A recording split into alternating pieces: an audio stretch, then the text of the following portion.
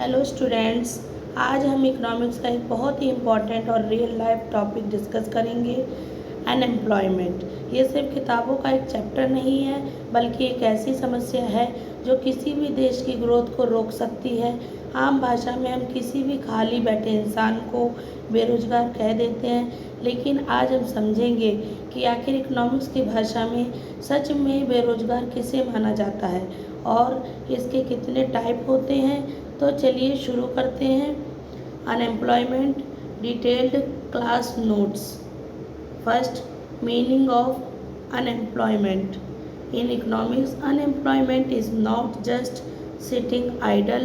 A person is considered unemployed only if they fulfill all three of the following conditions. They are capable of working, able to work, they are willing to work, they are actively looking for work at the current wage rate but still cannot find a job.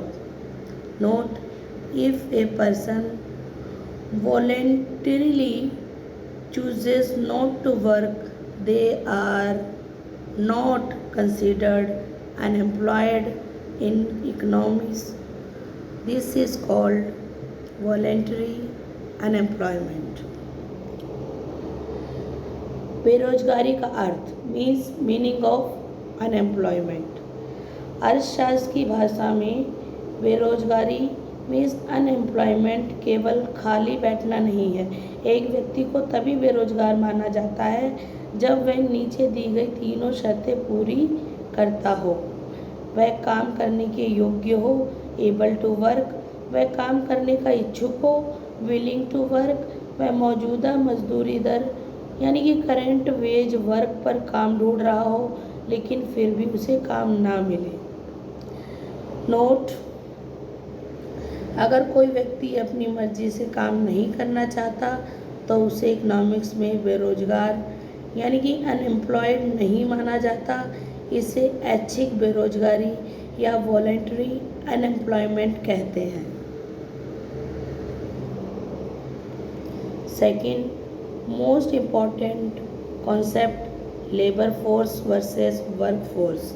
Labour force, this includes all the people who are working plus those who are looking for work. For the example, employed plus unemployed. Generally, it includes the working age population of 15 to 59 years. Workforce, this includes only those people who are actually found a job and are currently working. Formula to calculate the number of unemployed is equal to labor force minus workforce. सबसे important concept, श्रम बल means labour force और कार्यबल means work force. श्रम बल means labour force, इसमें वे सभी लोग आते हैं जो काम कर रहे हैं प्लस जो काम ढूंढ रहे हैं। आमतौर पर इसमें 15 से 59 वर्ष के आयु वर्ग को शामिल किया जाता है। कार्यबल मीन्स वर्क फोर्स, इसमें केवल वे लोग आते हैं जिन्हें वास्तव में काम मिल गया है और जो काम कर रहे हैं। बेरोजगारी की संख्या निकालने का formula to calculate the number of unemployment is equal to श्रम बल मीन्स लेबर फोर्स माइनस कार्यबल means work force.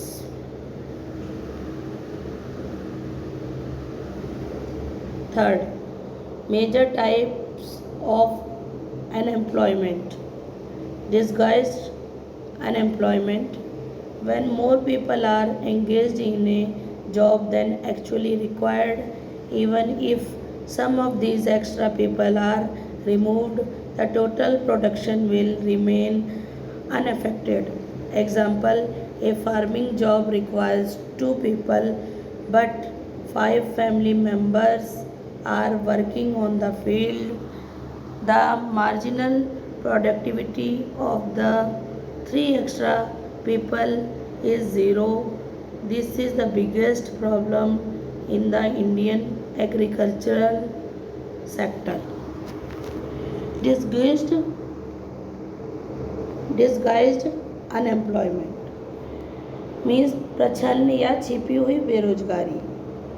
Disguised unemployment जब किसी काम में आवश्यकता से अधिक लोग लगे हों, यदि इसमें से कुछ लोगों को हटा भी दिया जाए तो कुल उत्पादन यानी कि टोटल प्रोडक्शन पर कोई फर्क नहीं पड़ेगा. एग्जाम्पल, एक खेत में 2 लोगों का काम है लेकिन परिवार के 5 लोग लगे हैं. अतिरिक्त 3 लोगों की सीमांत उत्पादकता मीन्स मार्जिनल प्रोडक्टिविटी 0 है. यह भारत के कृषि यानी कि एग्रीकल्चर सेक्टर की सबसे बड़ी समस्या है.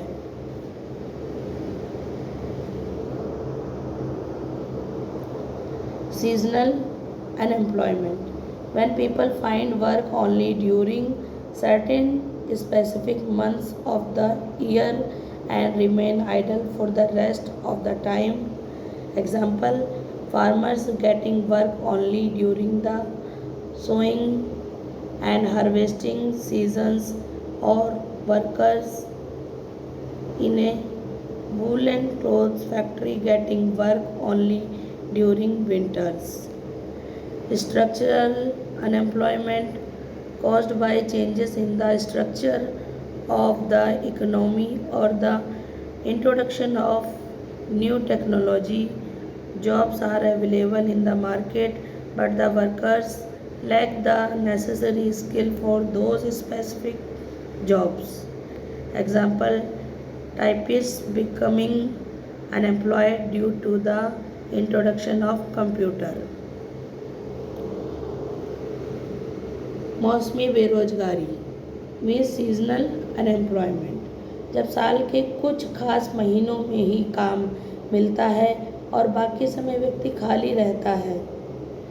यानी कि एग्जाम्पल के तौर पे किसानों को केवल बुआई और कटाई के समय काम मिलना या ऊनी कपड़ों की फैक्ट्री में केवल सर्दियों में काम होना. स्ट्रक्चरल अनएम्प्लॉयमेंट मीन्स संरचनात्मक बेरोजगारी अर्थशास्त्र के ढांचे में बदलाव या नई तकनीक आने के कारण इसमें काम तो उपलब्ध होता है लेकिन मज़दूरों के पास उस काम के लिए ज़रूरी कौशल यानी कि स्किल्स नहीं होती. एग्जाम्पल के तौर पे कंप्यूटर आने से टाइपराइटर चलाने वालों को बेरोजगार होना पड़ा.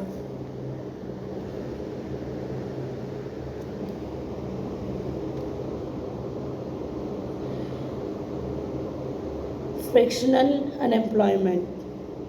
This is temporary unemployment when a person leaves one job and searching for another better job. The idle time in between is called frictional unemployment. Cyclical unemployment. This occurs due to trade cycles or an economic recession when the market demand for goods falls, factories reduce their production and lay off workers. Educated unemployment when educated youth with degrees are unable to find jobs suitable for their qualifications. This is a major problem in the urban areas of India. Frictional unemployment means घर्षण बेरोजगारी. यह एक अस्थायी यानी कि temporary बेरोजगारी है जब एक व्यक्ति एक नौकरी छोड़कर दूसरी बेहतर नौकरी की तलाश करता है तो बीच के उस खाली समय को घर्षण बेरोजगारी कहते हैं. साइक्लिकल अनएम्प्लॉयमेंट में चक्रीय बेरोजगारी, यह व्यापार चक्र यानी कि ट्रेड साइकिल या अर्थव्यवस्था में मंदी यानी कि रिसेशन के कारण आती है। जब बाजार में वस्तुओं की मांग कम हो जाती है तो फैक्ट्रीज उत्पादन घटा देती हैं और मजदूरों को निकाल देती हैं।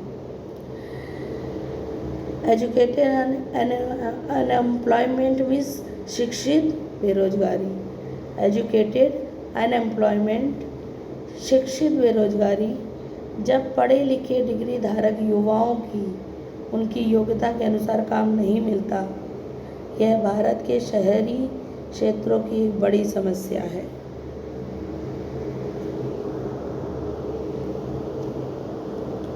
Fourth, measurement of unemployment in India. In India, unemployment data is released by the NSO, National Statistical Office. The NSO uses three approaches to measure unemployment. Usual status, a person who remained unemployed for a major part of the year, most of the 365 days. Current weekly status, a person who did not get even 1 hour of work in the preceding 7 days. Current daily status, a person did not get even half a day, 4 hours of work on a particular day.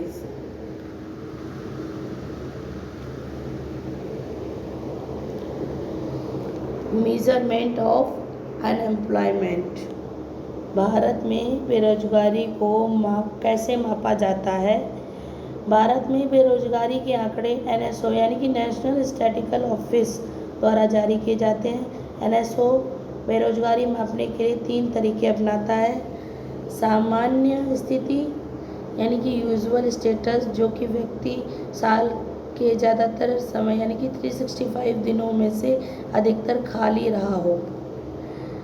चालू साप्ताहिक स्थिति यानी कि current weekly status, जिस व्यक्ति को पिछले 7 दिनों में 1 घंटे का भी काम नहीं मिला।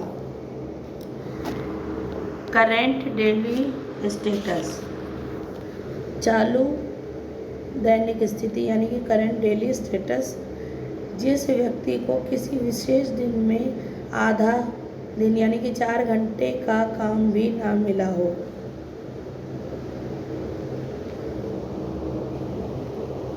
Government measures to eradicate unemployment in India. Manrega 2005. Under this act, a legal guarantee of 100 days of wage unemployment in a financial year is provided to at least one adult member of every rural household. Skill India Mission, training the youth with new technologies and skills according to market needs to reduce structural unemployment.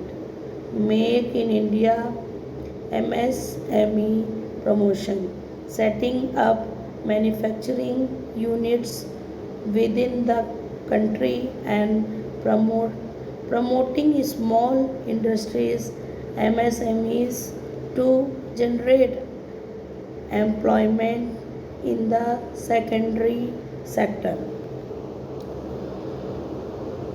Bharat में बेरोजगारी दूर करने के सरकारी उपाय यानी कि government measures.